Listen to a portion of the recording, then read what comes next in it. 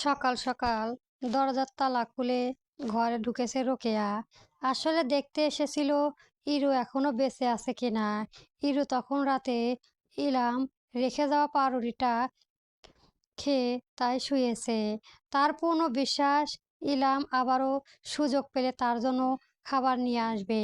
ইরুর বাইরে যাওয়ার মন নেই। শ্রেয়সীর উপর অনেক অভিমান জমেছে, তার কথা একটা বারও শুনলে কি এমন হতো শ্রেয়সীর। মন খারাপ হয় ইরুর। ফাহিমের কথা মনে উঠলে বুকের ভেতর কেমন করে ওঠে। আচ্ছা, ওই লোকটা কি কালকেও তার জন্য সেই চায়ের দোকানের সামনে দাঁড়িয়েছিল? তার জন্য অপেক্ষা করে না পেরে কি কল দিয়েছিল? ইরু ভাবনার মাঝেই কেউ ইরুর চুল ধরে জোরে টেনে দেয়। ইরু টান সামলাতে না পেরে খাট থেকে মেঝেতে পড়ে গিয়ে ব্যথায় আর্তনাদ করে ওঠে। মুখ উঁচু করে তাকাতেই রোকেয়া রাগী কণ্ঠে বলে, এখনো মরিস নাই কেন? কই মাছের জান নিয়ে পড়ে আসিস? আমারে জ্বালিয়ে খেলি তুই। মরে গিয়ে একটু শান্তি দিতে পারতিস।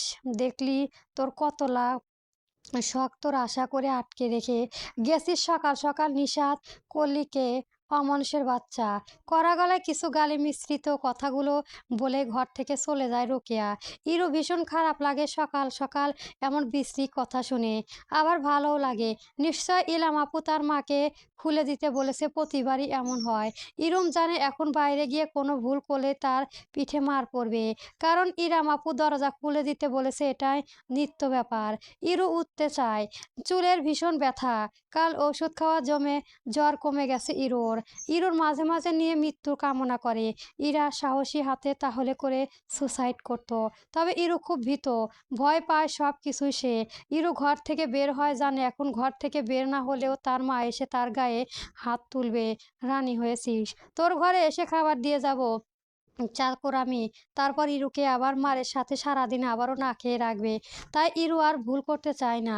ঠোঁট উঠিয়ে ফ্যাকাশে মুখ থেকে চোখের পানি মুছে এলোমেলো চুলগুলো হাতে খোপা করে মাথায় কাপড় দিয়ে ঘর থেকে বেরিয়ে যায়। ভোর রাতে সিয়াম বাড়ি ফিরেছে।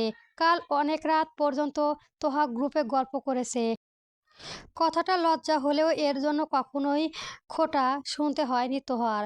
স্বপ্নের মতো শ্বশুর বাড়ি পেয়েছে। সকলে সিয়াম এসে ঘুমিয়ে পড়েছে, তাই তোহার ডাকেনি সিয়ামকে। সে ফ্রেশ হয়ে বাইরে এসেছে। রান্নাঘরে গিয়ে সকালে নাস্তা বানাতে বানাতে তোহার মনটা কিঞ্চিত খারাপ হয়ে যায়। তোহা নিজেকে সামলে নিয়ে রান্নার মনোযোগ দেয়। কিছুক্ষণ পর খাদিজা খাতুন রান্নাঘরে এসে তোহার রান্নার হাত লাগায়। তোহা জানে তার শাশুড়ি তাকে একা কাজ করতে দিবে না। খাদিজা খাতুন কেটে রাখা আলুগুলো ধুতে ধুতে তোহার উদ্দেশ্যে বলে, সিয়াম এখন এসেছে। আজানের একটু আগে আম্মু এসে খেয়ে ঘুমিয়েছে। ডাকতে মানা করেছে।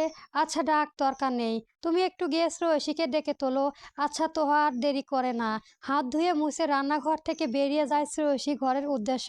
শ্রেয়সী ফজরের নামাজের পর আর ঘুমায়নি, পড়তে বসে। তোহা ঘরে গিয়ে দেখে শ্রেয়সী পড়ছে। তোহা খুশি হয় বেশ, আবার কিছুটা মন খারাপও হয়। সকাল থেকেই বারে বারে তোহার মন খারাপ হচ্ছে, কারণ তোহা নিজেও বুঝতে পারছে। তোহাকে দরজা দাঁড়িয়ে থাকতে দেখে শ্রেয়সী ডেকে বলে, আরে ভাবি তুমি কখন এলে? শ্রেয়সীর কথায় কিছুটা চমকে ওঠে তোহা, নিজেকে সামলিয়ে হেসে ভিতরে ঢোকে। তারপর শ্রেয়সীর পড়ার টেবিলের দিকে এগিয়ে বলে, এই তো মাত্র এলাম ননদিনী। Good morning. গুড মর্নিং ভাবি, খাবে না চলো? কাল রাতে একবারও খাওনি, এখনো খিদে লাগে নাই ভাবি? এত পরিমাণ কাল খাইছি। তোহা হাসে। তারপর শ্রেয়সীর মাথায় গত গাঁত বুলিয়ে দিয়ে শান্ত কণ্ঠে বলে, কি কেমন দেখলে ছেলেকে? কাল তো বলতে রাতে ভেবে বলবা। ভাবের কথায় শ্রেয়সী একটু লজ্জা পায়। তারপর বলে, যতটুকু তার নামে শুনেছে সবটুকুই মিথ্যে ভাবি। বাস্তবে সম্পূর্ণ ভিন্ন একটা চরিত্র। আমি নিজেই লজ্জা পেয়েছি ওনাকে অপমান করার জন্য গতদিন।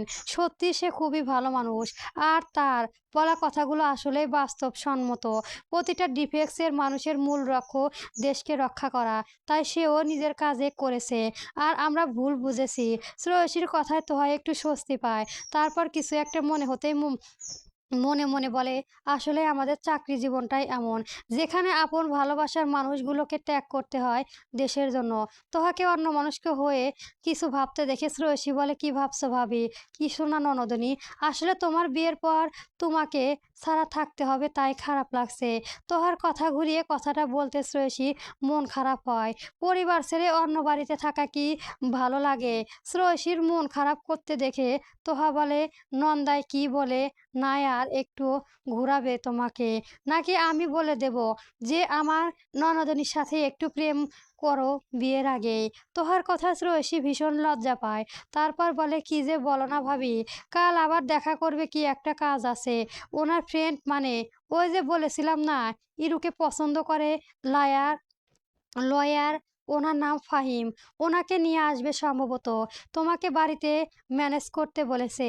শ্রেয়সীর কথায় তোহা শ্রেয়সীকে লজ্জা দিতে বলে, বাহ বাহ, আমার ননদেরই আমার নন্দাইয়ের সাথে দেখা করার জন্য আমাকে ম্যানেজ করে দিতে বলেছে।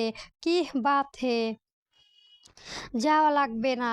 আরে রাগ করো না কেন, আমি বুঝেছি তো, প্রেম প্রেম গন্ধ পাচ্ছি ভাবি। তোহা হাসতে হাসতে ঘর থেকে বেরিয়ে গেল। যাওয়ার আগে শ্রেয়সীকে পড়া শেষ করে খাওয়ানোর জন্য আসতে বলল। শ্রেয়সী আচ্ছা বলে পড়ায় মনোযোগ দিল। পড়াশোনার গাফিলতি করা যাবে না, সামনে শ্রেয়সীর স্বপ্ন, তাকে মেডিকেলে চান্স পেতেই হবে। এখন থেকে ভালো করে পড়তে শ্রেয়সী ফিউচারে মেডিকেল এর চান্স পাওয়ার আশা থাকবে। জঙ্গলের ভেতরে মাটির নিচে সেই পাতলা ঘরে বসে আছে আনাম মিয়া, চা খাচ্ছে বিশ্রী শব্দ করে। সামনে হাত পা বাঁধা অবস্থায় পড়ে আছে একটা ট্রাফিক পুলিশ। এখন সে পুলিশ তার চেনার উপায় নেই। গায়ে শুধুমাত্র একটা স্যান্ডেল গেঞ্জি, বাদে কিছুই নেই। সমস্ত গায়ে লাঠি মারতে আঘাত। আনাম মিয়া আধা কাপ চা খেয়ে বাকি অর্ধেক পুলিশটির মুখের দিকে ছুঁড়ে দিল। গরম চা গায়ে পড়তে পুলিশটা ছটফট শুরু করলো। আনাম মিয়া পাশ থেকে রকি বলে ডাক দিতে ছেলেটা এগিয়ে বলে, জি ভাই, রামদাটা নিয়ে আয় তো, সকাল সকাল এরে একটু উপরে পাঠানোর জন্য আমার হাত চুলকাচ্ছে। আচ্ছা ভাই। রকি একটা ধারালো রাম দাও আনাম মিয়ার হাতে দিতে আনাম মিয়া লোকটার দিকে এগিয়ে গিয়ে বলল, তুই নাকি রাফিক ভাইয়ের কলার ধরেছিলি বাছাধন, তোর সাহস দেখে তো আমি অবাক। আবার আমার সাহস দেখবি? আনাম মিয়ার কথা লোকটা কাঁদতে কাঁদতে গুমরে বলে, ভাই আমাকে ছেড়ে দিন, সারা জীবন আপনার গোলাম হয়ে থাকবো ভাই। আমি জানতাম না তাই করেছি, নিজের ডিউটি পালন করেছি। প্লিজ ছেড়ে দেন, আমার বাচ্চা মেয়ে দুটো আমার অপেক্ষায় বসে প্লিজ আছে, প্লিজ ভাই ছাড়া দেন আমারে। আচ্ছা। লোকটার মাথা উঁচু করে তাকাতে কয়েক ফোঁটা রক্ত এসে পড়লো আনাম মিয়ার সাদা পাঞ্জাবিতে। মুখে লেগেছে তাজা গরম রক্ত। আনাম মিয়া হেসে উঠল। লেটিস কাটা কথা গলা থেকে ছড়িয়ে পড়ে গেল। আনাম মিয়া এবার রাফিক এর দিকে তাকিয়ে বলল, সন্ধ্যার আগে এর সব দামি আগারগুলো সরকারি হসপিটালে পাঠিয়ে দিবি, আর সন্ধ্যার পর ওর বাচ্চা মেয়ে দুটোরে নিয়ে আসবি। কালকে দুইটা কম পড়েছে। আচ্ছা ভাই। আনাম মিয়া আর না দাঁড়িয়ে বেরিয়ে আসে ওখান থেকে। এখন লম্বা একটা গোসল দরকার, নয়তো এসব রক্তের গন্ধ আনাম মিয়ার গায়ে থেকে যাবে না। রক্তর গন্ধ আবার আনাম মিয়ার পছন্দ করে না, তাই বাড়িতে গিয়ে আগে গোসল করে পড়বে, তারপর বাকি কাজ। কাল আবার মিটিং আছে সংবাদেই, তাই যেতে হবে তাকে আজ বিকেলে।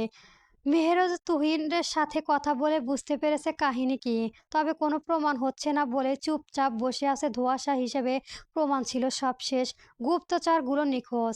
এতে মেহেরজ বুঝেছে বিপক্ষ দল ভীষণ চালাক, আর সে তোহাকেও চিনে, খুব ধূর্ত আর চাতক। মেহেরজ জানে তোহার পরেই এই মিশন কমপ্লিটিং করতে। মেহেরজ কাল রশিদ থেকে নেওয়া ফেসবুক আইডিতে নক দেয়, প্রথম সালাম দেয়, তারপর লেখে, আপনার কি ঘুম ভাঙছে ম্যাডাম? কাল সন্ধ্যায় সব কিছু মেহেরাজ ঠিক করে নিয়েছে, যার ফলে সম্পর্কটাও ঠিক হয়ে গেছে। মেহেরজের মেসেজের পিঠে ওপাশ থেকে সালামের উত্তর ভেসে আসে, তারপর লেখে, জি আপনার। আমার ঘুম না ভাঙলেও কি আপনার জামাইয়ের ভূত নক দিল আপনাকে মেসেজ। পরবর্তী গল্প পেতে আমার চ্যানেলটি সবার আগে সাবস্ক্রাইব করে রাখবেন। গল্প লেফটেন্যান্ট মেহেরজ মির্জা চলবে।